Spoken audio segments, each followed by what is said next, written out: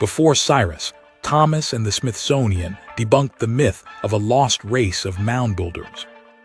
A heavy silence was broken by the sound of tearing wood and scraping iron. Across the fertile river valleys of North America, American settlers drove heavy iron plows through thousands of ancient earthen mounds. They deliberately flattened sacred monuments, smoothing out the ridges of the Great Serpent Mound and erasing them from the landscape. This was not accidental damage. It was a systematic effort to clean the slate of history, to wipe away the physical evidence of a past that did not fit their narrative. The air was thick with dust and the smell of freshly turned earth, as the iron blades sliced through layers of clay that had remained undisturbed for centuries. How did a massive scientific investigation, intended to prove a lost white race, built these monuments backfire, leading to the systematic destruction of the very history it uncovered? To understand how a young nation arrived at this act of cultural erasure, which would soon reshape the study of American history, we have to go back to the early decades of the 19th century. As Euro-American settlers pushed past the Appalachian Mountains, they entered the vast river basins of the Ohio and Mississippi. They expected to find an untamed, empty wilderness, a blank slate waiting for the plow. Instead, they confronted a landscape heavily sculpted by human hands. Spread across the valleys were thousands of colossal earthworks, massive geometric enclosures, high defensive walls, and towering pyramids of earth. The sheer scale of these structures was staggering, rising out of the forests and floodplains like the ruins of an ancient empire. Yet the settlers refused to believe that the Native Americans they were actively fighting, displacing, and killing could have built them. To admit that the indigenous peoples had a deep, sophisticated history of engineering and permanent settlement would undermine the very justification for taking their land. Therefore, a convenient, comforting lie was born. This lie became known as the myth of the mound builders. It claimed that a highly advanced, non-indigenous civilization, perhaps a lost white race, or perhaps one of the lost tribes of Israel, had occupied North America thousands of years ago.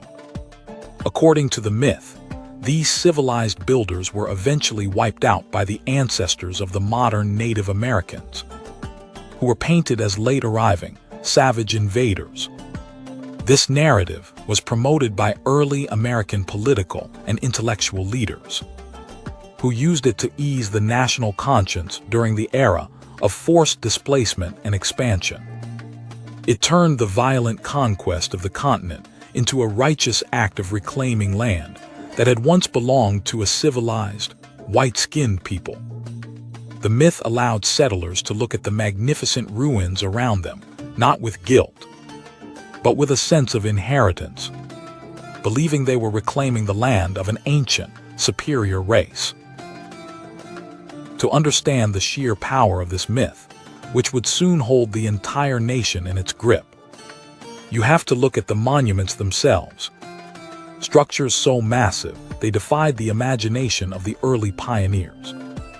Deep in the fertile bottomlands of Illinois stood Cahokia's Monk's Mound, which would later challenge the nation's comforting myths. A colossal earthen pyramid rising high into the air, its base covering a vast expanse of land that rivaled the largest monuments of the ancient world. To build Monk's Mound, ancient workers had to transport staggering amounts of earth in hand-woven baskets, a monumental effort that required a highly organized society with a centralized authority. The sheer volume of labor was immense, yet the structure stood solid, resisting the erosion of centuries. The builders had carefully selected different types of clay and soil, layering them to prevent the massive structure from sliding or collapsing under its own weight. Further east, in what is now Ohio, another wonder wound its way across a high cliffside overlooking a rushing creek. This was the Great Serpent Mound, a magnificent, curving earthen effigy that stretched nearly 0.25 miles long. The serpent's body coiled elegantly across the ridge, its open jaws seemingly poised to swallow a massive egg-shaped earthwork at the cliff's edge. Modern archaeology reveals that these structures were not the work of foreign empires, but were built by sophisticated, indigenous societies, including the Adena people, who constructed the Great Serpent Mound between 800 BCE and 400 CE. These ancient cultures possessed a deep understanding of geometry, soil engineering, and astronomy, aligning their monuments to the rising and setting of the sun and moon. But to the 19th century settlers, these earthworks were a mystery that could not be explained by the presence of the local tribes. They looked at the massive scale of the ruins and saw only a mystery that demanded a foreign explanation, refusing to believe the people they were displacing were capable of such architectural genius. By the late 19th century, the debate over who built the mounds had become a matter of national identity and scientific credibility. In 1881, the United States Congress decided to intervene, establishing the Division of Mound Exploration under the Smithsonian Institution and allocating a budget to solve the mystery once and for all. To direct this historic project, the Smithsonian appointed Cyrus Thomas, a former entomologist born in 1825, who would live until 1910. Thomas was not an archaeologist by training. He was a man of science who, little did he know, would later dismantle the very myth he believed, having spent his life studying the natural world, classifying insects, and analyzing patterns in nature. He brought a cold, analytical perspective to a field that had been dominated by wild speculation and romantic myths. Thomas began his career as a firm believer in the lost race myth. Like almost every other white intellectual of his day, he fully expected his excavations to uncover the physical proof of a vanished, superior civilization that would validate the popular narrative. Equipped with federal funding and the authority of the Smithsonian, Thomas set out to systematically map and excavate the mounds across the eastern half of the continent. He was determined to apply the cold, hard methods of natural science to a field that had been dominated by wild speculation and romantic fantasies. To accomplish this monumental task, Thomas organized a sprawling network of field agents who fanned out across the country. These agents were the boots on the ground, facing immense physical challenges as they navigated dense forests, braved malaria-ridden swamps, and negotiated with suspicious, sometimes hostile landowners. The work was grueling and relentless. Every single excavation required meticulous mapping, detailed drawings of the stratigraphy, and the careful recovery of thousands of buried artifacts and human remains. The field agents dug through the layers of earth, documenting the precise location of every bone, pot, and copper ornament they uncovered. As the months turned into years, the sheer volume of data sent back to Washington grew to overwhelming proportions. Thomas found himself inundated with reports, maps, and crates of artifacts from countless mound groups.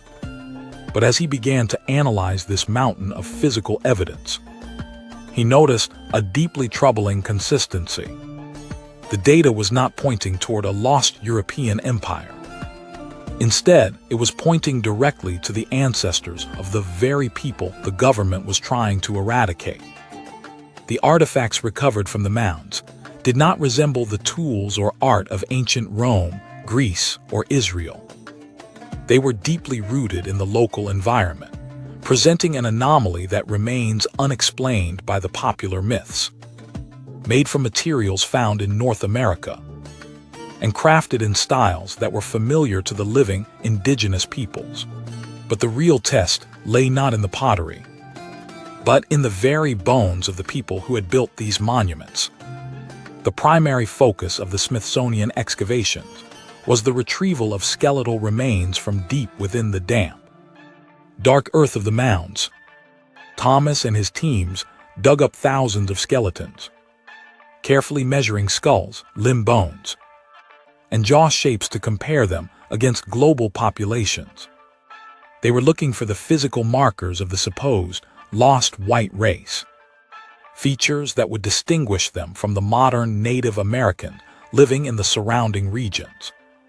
They hoped that the bones would speak, providing the biological proof that would settle the debate once and for all.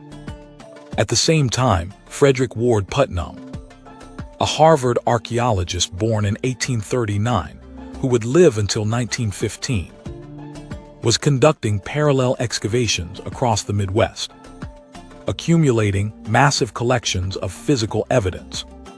Putnam, like Thomas, was committed to a scientific approach, and the two men shared data and observations as their respective institutions amassed the largest collections of ancient American remains in history. But as the measurements accumulated, the bones refused to cooperate with the prevailing racial theories of the American public. The skulls did not look like those of ancient Europeans, Phoenicians, or Israelites. Instead, the anatomical measurements fell squarely within the range of modern indigenous populations. The physical evidence began to tell a story that directly contradicted the political needs of the nation. As Cyrus Thomas analyzed the excavated pottery, stone tools, and copper ornaments, he noticed a striking pattern that he could not ignore. The artistic styles, the manufacturing techniques, and the materials used in the mound artifacts perfectly matched the traditional crafts of living Native American tribes. He found carved stone pipes shaped like local animals, pottery decorated with patterns still used by indigenous artists, and hammered copper ornaments that showed no signs of European metalworking techniques. The tools were made of local chert and obsidian. The pottery was tempered with local shells and sand, and the copper was cold hammered from deposits near the Great Lakes. Thomas realized that there were no traces of European, Mediterranean, or Asian technology in any of the undisturbed mounds. There were no iron tools, no bronze weapons, and no written inscriptions in ancient languages. Every single object recovered from the earth spoke of a continuous, unbroken cultural lineage that connected the ancient builders to the historic tribes of the region. The entomologist turned archaeologist began to experience a profound crisis of belief as his own data shattered his starting assumptions. He had set out to prove a myth that justified the expansion of his own nation. But the evidence was forcing him to confront a different reality. The sophisticated engineering of the mounds did not require a lost white race. It required only the ancestors of the people his government was trying to erase. By the late 1880s, Thomas and Frederick Ward Putnam completed their comparative anatomical studies of the recovered skeletons. Their analysis proved there was absolutely no physical or cranial difference between the bones in the mounds and modern Native Americans. The physical evidence conclusively linked the ancient builders to ancestral tribes, including the Cherokee and the Shawnee. The myth of a physically distinct, vanished white race of mound builders was dead in the eyes of science. The data was clear, but Thomas knew that publishing these findings would set off a firestorm. He had to prepare a report so detailed, so scientifically unassailable, that no one could dismiss it as mere opinion. In the late 19th century, Cyrus Thomas published his monumental report on the mound explorations of the Bureau of Ethnology. The report was a landmark in American archaeology, introducing rigorous scientific methodologies to a field previously dominated by speculation. Thomas explicitly stated that the mound builders were the direct ancestors of the historic Native American populations. This publication officially aligned the Smithsonian institution against the popular racist myths of the 19th century. Once the Smithsonian officially published the scientific truth, how long would the public continue to cling to the comfortable lie of a lost white race? The answer to that question reveals the deep-seated power of national myths. Despite the overwhelming scientific consensus published by the Smithsonian, the public refused to let the myth go. Local county histories across the Midwest and South continued to publish stories of the lost white race well into the 1950s. Amateur historians and fringe writers clung to the myth because it validated their occupancy of stolen land. The gap between scientific reality and public belief remained vast for more than half a century. If the scientists were right, then the land the settlers farmed was not a vacant wilderness formerly occupied by a white race. It was the stolen homeland of a people they had systematically displaced. To accept the science was to accept the guilt. Therefore, the public chose the lie, protecting their own peace of mind at the expense of historical truth. But the tragedy of this story is not just that the public ignored the truth. The tragedy is what happened when they finally started to believe it.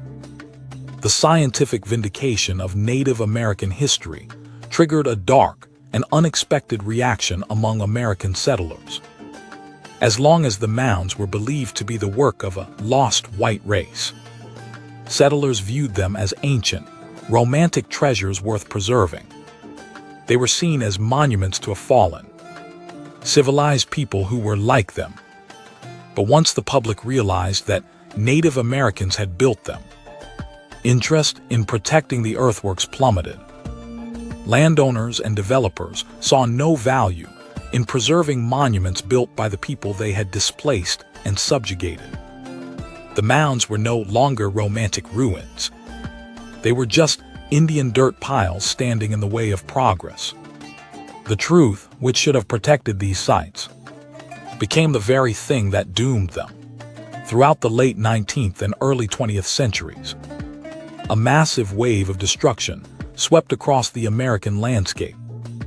Farmers systematically plowed over thousands of mounds to create flat, uniform fields for agriculture. The heavy iron plows tore through the ancient soils, scattering bones and artifacts into the dust. Urban expansion in cities like St. Louis, once proudly known as Mound City, resulted in the total leveling of massive earthen complexes. Monuments that had survived for thousands of years were erased in a matter of decades due to neglect and active hostility. The very history that Cyrus Thomas had fought to document was being ground into dust by the wheels of progress. Today, archaeologists like Chris Hurst, who has 30 years of field experience, build upon the foundation laid by Thomas to protect what remains of these ancient sites. Modern technology, such as LiDAR and ground-penetrating radar, confirms the incredible engineering sophistication of the Adena, Hopewell, and Mississippian cultures.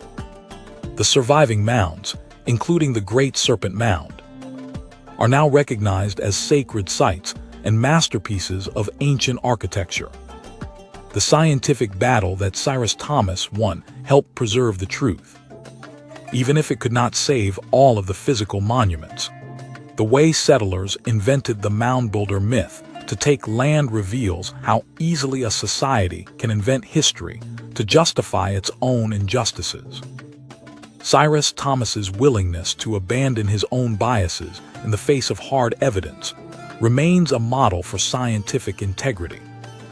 When we look at the landscapes where farmers plowed thousands of mounds, we must confront the true history of the people who shaped them, rather than the myths that comfort us.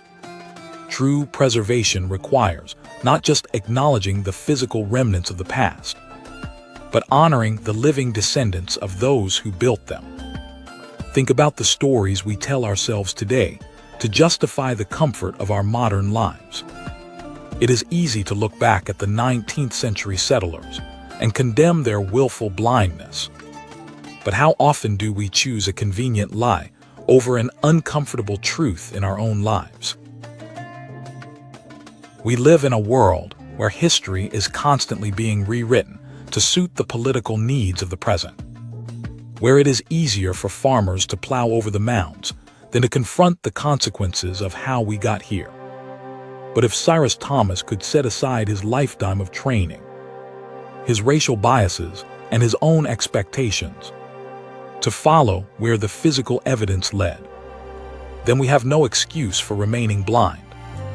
Our ancestors left us a complex, often painful legacy of bones that plows scattered in the soil beneath our feet. We can choose to plow it under, to pretend that our history began only when Euro-American settlers pushed past the Appalachians. Or we can choose the harder path of looking at the facts with honesty. We must care for the land where the Adena constructed the Great Serpent Mound. And that responsibility means honoring the truths of those who built it long before us. Let us learn to look at the monuments of our past not as obstacles to our progress, but as mirrors to our conscience. What do you think about the destruction of these ancient earthworks? Leave a comment below with your thoughts. Subscribe for more deep dives into the hidden corners of history. And let us know how we can better protect the surviving mounds that remain in the earth.